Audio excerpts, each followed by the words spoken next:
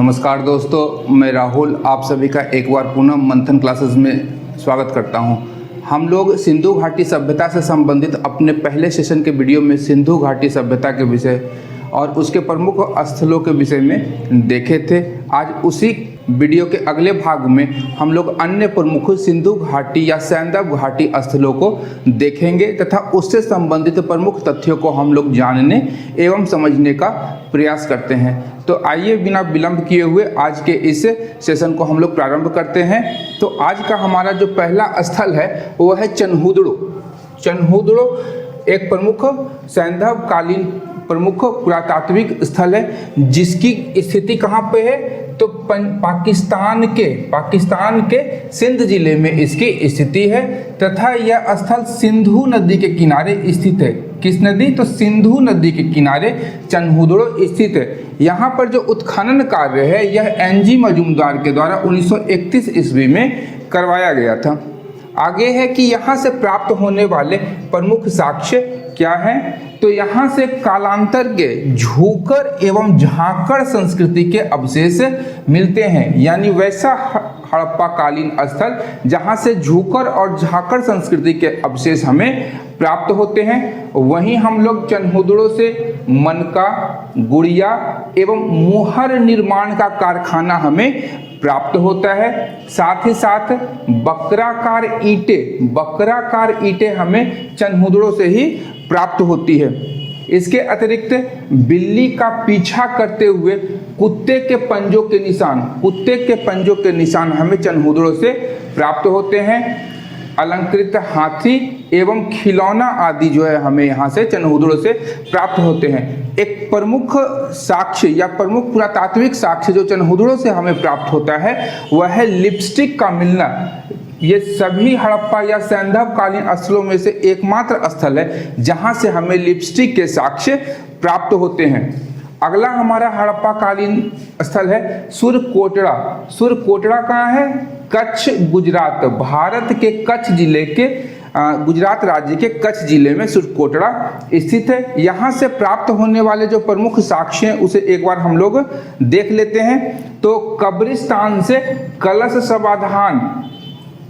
समाधान के साक्ष्य यहाँ पे हमें मिलते हैं, जिसमें पहले शव का अंतिम संस्कार कर दिया गया है और उसके बचे हुए अवशेष को एक कलश में रख करके उसे दफनाया गया है। वहीं यहाँ से हमें घोड़े की हड्डियाँ, एंटीमनी की छड़ एवं शॉपिंग कॉम्प्लेक्स के साक्ष्य हमें प्राप्त होते हैं। अगला हड़प्पा कालीन स्थल है दाइमाबाद। इसकी स्थिति कहाँ है? तो अहमदनगर जिला, महाराष्ट्र में दाइमाबाद स्थित है। यह किस नदी के किनारे स्थित है? तो गोदावरी की सहायक नदी प्रवरा के किनारे यह हड़प्पा कालीन स्थल स्थित है तथा इस स्थल की सबसे महत्वपूर्ण विशेषता है दाइमाबाद की कि यह हड़प्पा कालीन स्थलों में सर्वाधिक दक्षिण में स्थित हड़प्पा कालीन स्थल है। यहाँ से प्राप्त होने वाले जो प्रमुख साक्ष्य हैं वो निम्नलिखित हैं। क्या क्या हैं? तो रथ चलाते हुए मनुष्य के साक्ष्य यहाँ से प्राप्त होते हैं। इसके साथ ही सांड, गैड़े की आकृति और सैंधव लिपि की मुहर हमें दाइमाबाद से प्राप्त होती है। अगला प्रमुख हड़प्पा कालीन स्थल है बनावली की स्थिति कहाँ है? तो फतेहाबाद, जिला फतेहाबाद, हरियाणा में यह स्थल बनावली स्थित है। किस नदी के किनारे? तो सरस्वती नदी के किनारे। यहाँ उल्लेखनीय तथ्य है कि वर्तमान समय में सरस्वती नदी विलुप्त हो चुकी है, परंतु एक समय में सरस्वती नदी हरियाणा से प्रवाहित होती थी। तो यह बनावली जो हड़प्पा कालीन स्थल है यह कहाँ है? तो हरियाणा के सरस्वती नदी के तट पर इस स्थल का विकास हुआ था। आगे यहाँ पर देखते हैं तो उत्खनन कार्य किसने करवाया था? तो रविंद्र सिंह बिष्ट के नेतृत्व में 1974 से 77 के मध्य यहाँ पर उत्खनन कार्य करवाया गया था। यहाँ से प्राप्त होने वाले प्रमुख साक्ष्यों पर हम लोग एक नज़र देख लेते हैं। तो यहाँ से लाजवर्द और कार्नेलियन के मनके हमें प्राप्त होते हैं। वहीं हल की आकृति के खिलौने, तांबे का बानाग्र, मुहर और बटखरा हमें प्राप्त होता है बनावली से। इसके अतिरिक्त है कि यहाँ से हमें जल निकासी के साक्ष्य प्राप्त नहीं होते हैं, जल निकासी के साक्ष्य बनावली से प्राप्त नहीं होते हैं। इसके अतिरिक्त यदि हम लोग देखें तो बनावली जो सैंधव कालीन स्थल है उसकी एक प्रमुख विशेषता क्या है, तो यह सैंधव संस्कृति के 3 स्तर प्राक, विकसित और उत्तर, यानी कि पूर्व में जब सैंधव कालीन संस्कृति का प्रारंभ हुआ था उस काल के साक्ष्य, विकसित चरण के साक्ष्य तथा जब यह अपने पतन की ओर उन्मुख या अग्रसर थी तो उस कालखंड के भी साक्ष्य हमें बनावली से प्राप्त होते हैं। इसके अतिरिक्त दूसरी जो प्रमुख विशेषता है कि यहाँ नगरों को तारांकित भागों में विभाजित करती सड़कें प्राप्त होती हैं।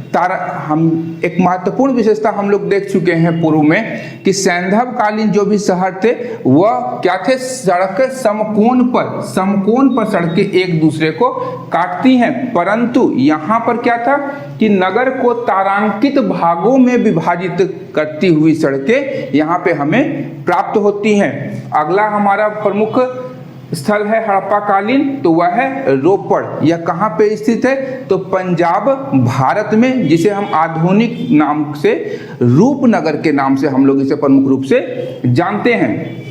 यह किस नदी के किनारे है, तो सतलज नदी के किनारे यह रोपड़ स्थित है तथा यहाँ पर जो उत्खनन कार्य है वह यज्ञदत्त शर्मा के निर्देशन में करवाया गया था। कब करवाया गया है, तो 1953 से 55 के मध्य यहाँ पर उत्खनन कार्य करवाया गया था। वहीं हम लोग देखें अगर तो यहाँ से प्राप्त होने वाली प्रमुख साक्ष्य कौन कौन से हैं, तो सेल खड़ी की मुहरे, चर्ट के बटखरे, तांबे का बानाग्र और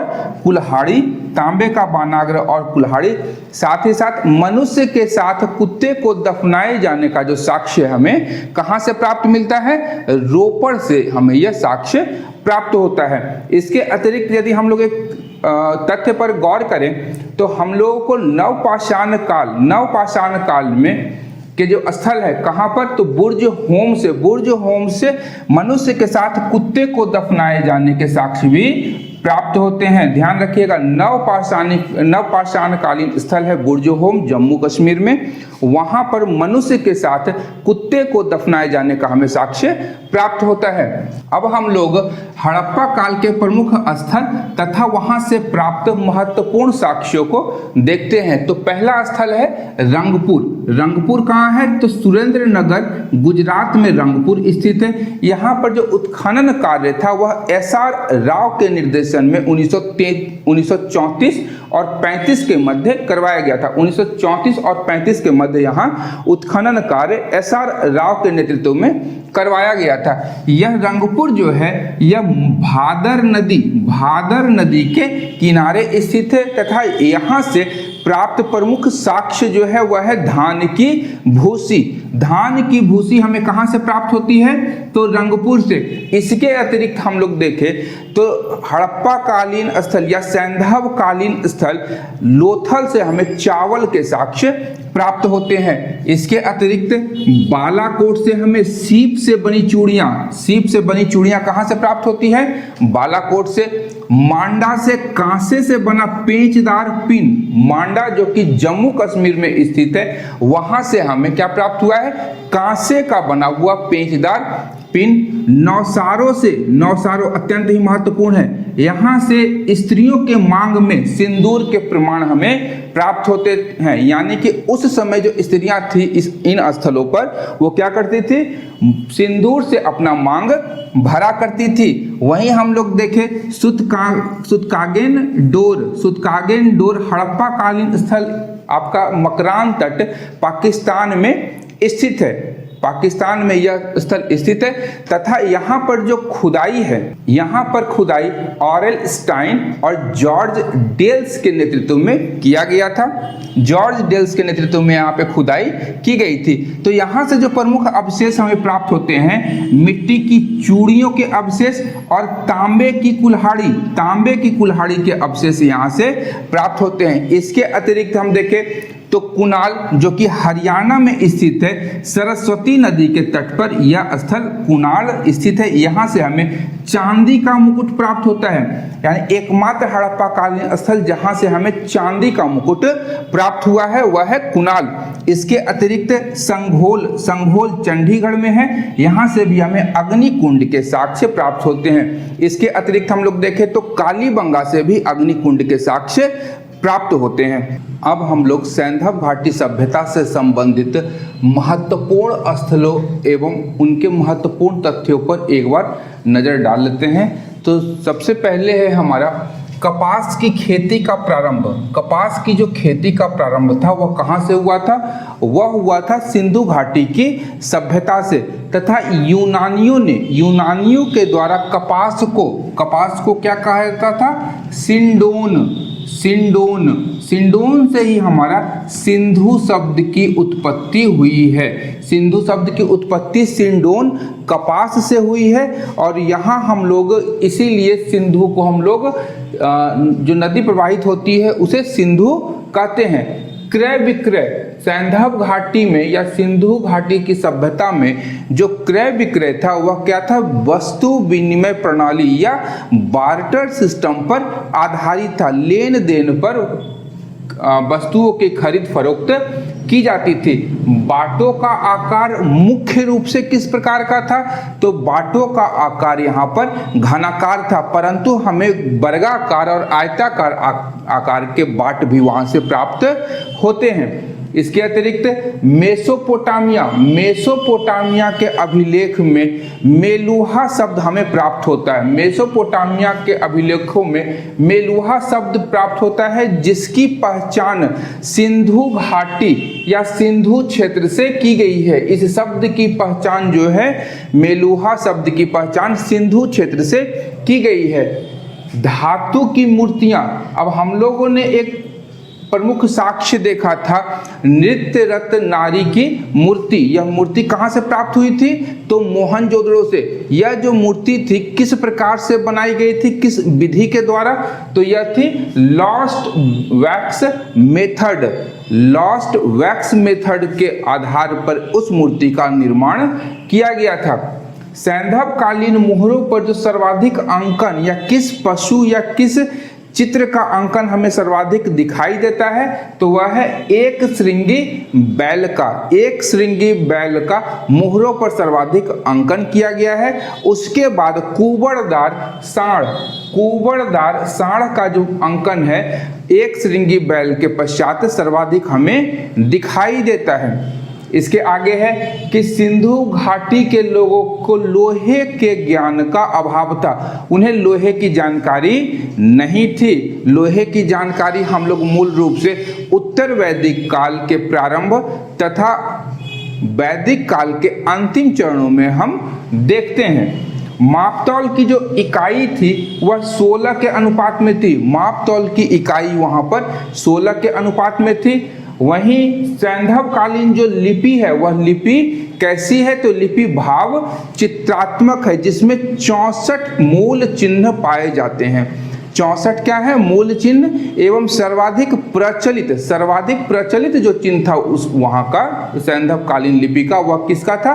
तो मछली का। सर्वाधिक प्रचलित लिपि चिन्ह जो थी वह मछली की थी। आगे है, देखते हैं विदेशी व्यापार। सैंधव कालीन सभ्यता एक नगरीय सभ्यता थी। इसका मूल जो विकास हुआ था वह हुआ था व्यापार के कारण। व्यापार के कारण ही सैंधव घाटी की सभ्यता या सिंधु घाटी की जो सभ्यता थी हमारी एक नगरीय सभ्यता में विकसित हो पाई। तो व्यापार में हम लोग देखते हैं तांबा। सर्वप्रथम तांबा कहाँ से लाया जाता था? तो तांबा था खेतड़ी, बलूचिस्तान और ओमान से तांबा लाया जाता था। चांदी, सोना और टीन ये मूल रूप से कहाँ से प्राप्त होते थे?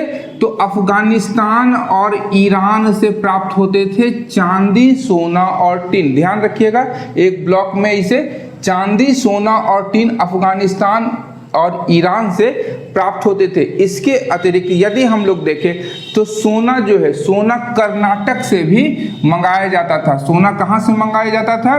तो कर्नाटक से। अफगानिस्तान और ईरान के अतिरिक्त सोना कर्नाटक से मंगाया जाता था।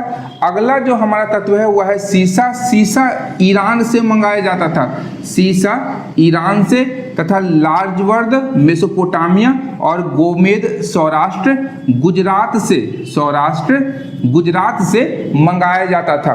गोमेद सौराष्ट्र गुजरात और लार्जवर्द मेसोपोटामिया से आयात किया जाता था सिंधु घाटी की सभ्यता के दौरान। आगे देखते हैं कि सिंधु घाटी की सभ्यता की जो मूल विशेषता हम लोग देखते हैं यहाँ पे मूल रूप से वह कैसी थी? तो नगर निर्माण की योजना, नगर निर्माण योजना जो सिंधु घाटी सभ्यता में थी वह इस सभ्यता की मूल विशेषता है। तो देख लेते हैं यहाँ प्रमुख विशेषता में क्या है। तो सर्वप्रथम है कि नगर का जो विकास किया गया था वह एक ग्रिड पद्धति में किया गया था। ग्रिड पद्धति में नगर का विकास किया गया था तथा सड़क जो थी आपस में समकोण पर एक दूसरे को काटती थी।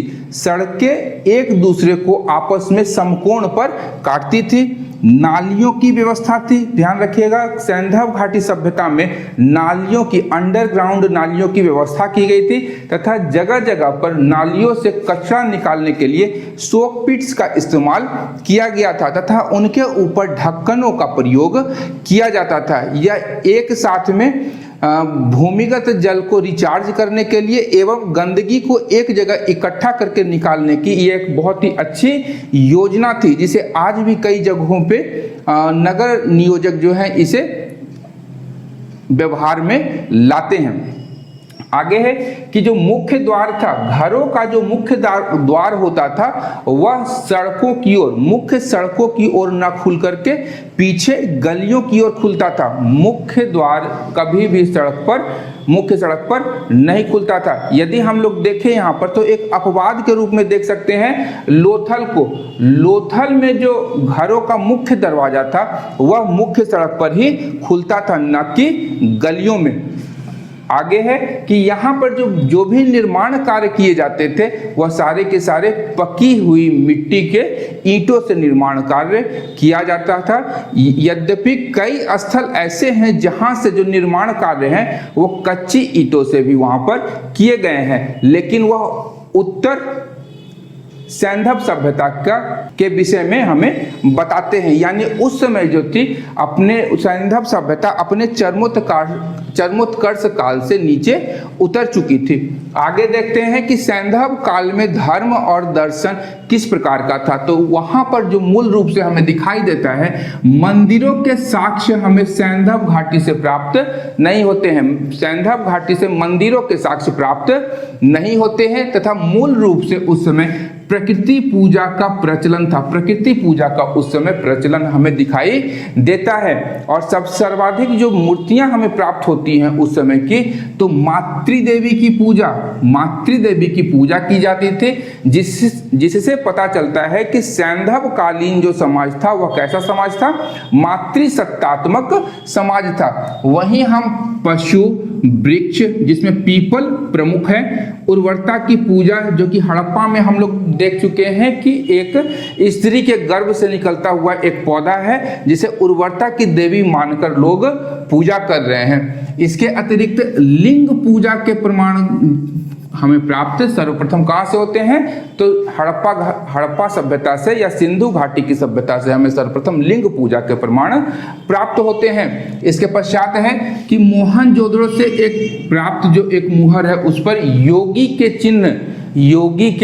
चिन्ह प्राप्त हुए हैं, जिससे पता चलता है कि यह जो आकृति है यह प्राचीन पशुपति शिव की मानी गई है। प्राचीन पशुपति शिव की यह आकृति मानी गई है।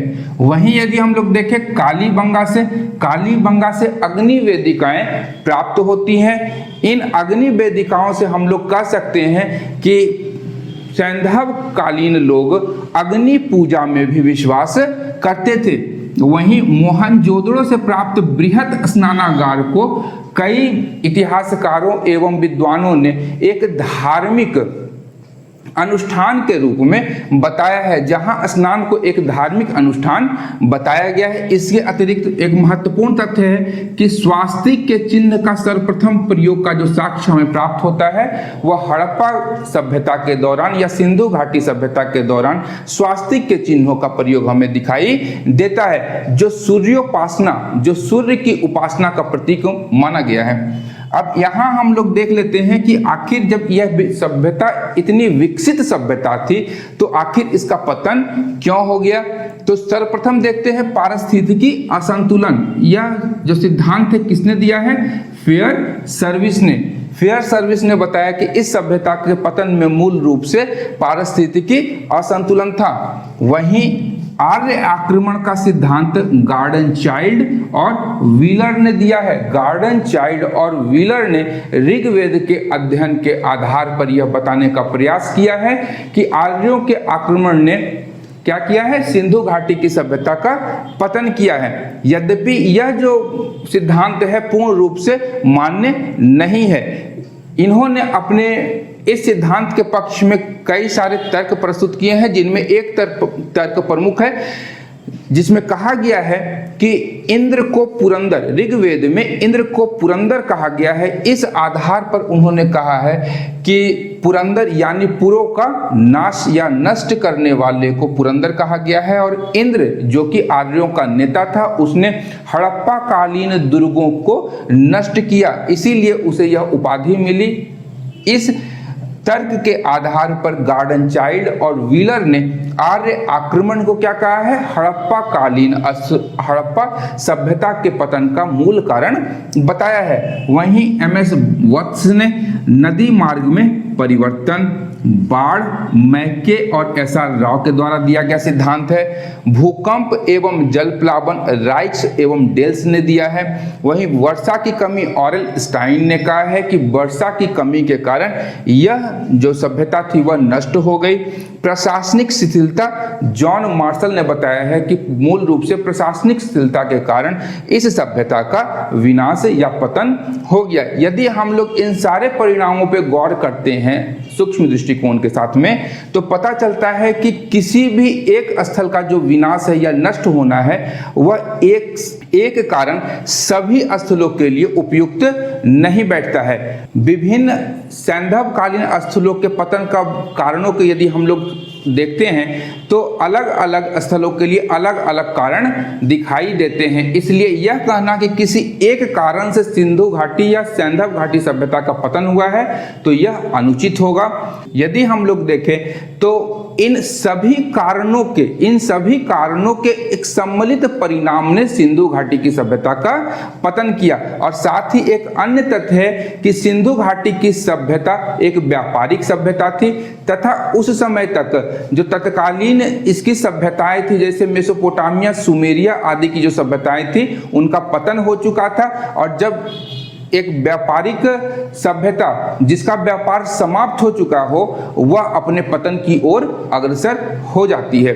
तो हमारा आज का यह जो सेशन है सिंधु घाटी सभ्यता से संबंधित यहीं पर समाप्त होता है। उम्मीद करता हूं कि आप लोग सिंधु घाटी की सभ्यता के दोनों सेशन से कुछ नया अवश्य सीखे होंगे। यदि आप लोगों को मेरा यह प्रयास पसंद आ रहा है तो मेरे चैनल को लाइक, शेयर तथा सब्सक्राइब करना बिल्कुल भी ना भूलें, क्योंकि मैं इस प्रकार के वीडियोस लाता रहता हूं। मिलते हैं अगले सेशन में अगले टॉपिक के साथ में। तब तक के लिए धन्यवाद। देखते रहिए मंथन क्लासेस। Thank you.